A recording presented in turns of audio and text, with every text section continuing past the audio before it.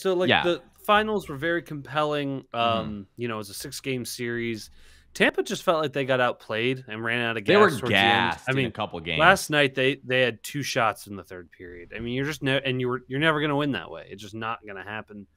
No, they were gassed. I don't want to hear think anything a lot of about the refs because honestly, Hedman should have been out of the. Maroon should have been out of the game after Colorado scored their second and what would end up being the game-winning goal.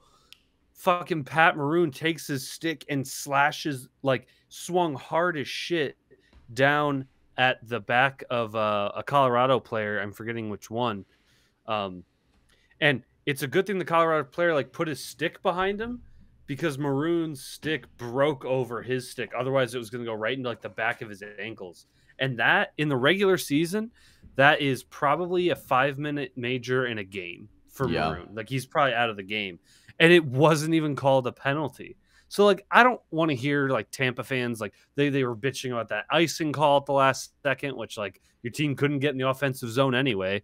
And you had 30 seconds left, so it doesn't matter. And that was my thing. Like I was gonna text you about that. What did you think about that 2 minute, too many men on the ice?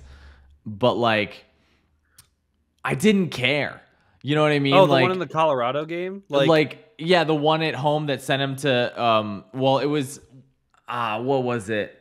It was the too many men on the ice game. The one it was game 4. In overtime, game 4, where and Nazem Kadri came off the bench and right. was supposed to be off. And it like was I was like, you should have lost that game anyway. The only reason they were playing awful. Vasilevsky was the only reason that overtime went longer than 90 seconds. They like, don't get me wrong, it was the wrong call because Kadri was coming off for McKinnon, and when he came off the bench to make the play, if Kadri hadn't been the guy making the play and it was just 2 guys making a change, it's not a big deal. But Kadri was coming off the bench, and the guy he was coming off the bench for was not on the bench and was still on the ice. That's the definition of too many men, especially when Kadri plays the puck. People were trying to do this gotcha of, Tampa technically had 7 men on the ice. It's like, yeah, 2 of them were coming off the bench, standing in front of the bench. 2 of them were stepping onto the bench in front of their bench. All 4 of them away from the play. Like, right. I'm like, do you realize that there are going to be like 7 people on the ice at one point? Well, they have. And that's allowed as long as you don't. I think they have 5 seconds with the intention to change, or not 5 seconds. And you don't affect the play of the puck. Right. Yeah, it's like 5 feet, and you're not coming onto the ice, and the person you're coming off for, you can't make a play on the puck until they're like off, or they're like basically a foot off the ice kind of deal. Well, people were pissed. Those guys were literally on like it was the Tampa bench, the Avalanche bench, and then the net they were trying to score on. So like those guys making the change were nowhere near the play. That's why that one didn't matter.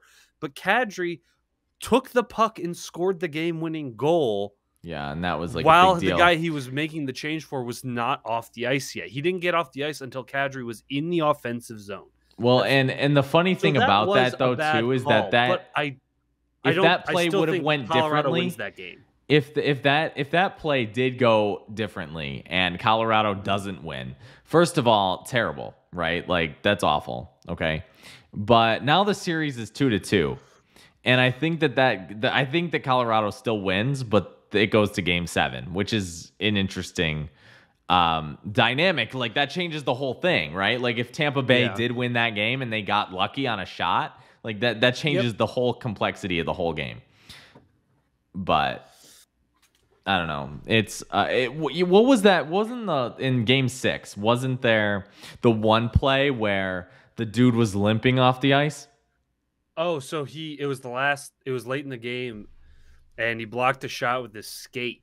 And it hit his skate. Oh, yeah, it hit his skate, and the skate fell off. The blade came off, so he had to, he couldn't... And people wanted to get him for too many men on the ice there, and I'm like, the dude's, basically critically injured. Yeah, he's not actually injured, but, it's kind of one of those things in hockey where it's, tough shit, the rules still apply. But I agree, do you want to be the refs to be like, oh, the game was decided because a guy lost his skate?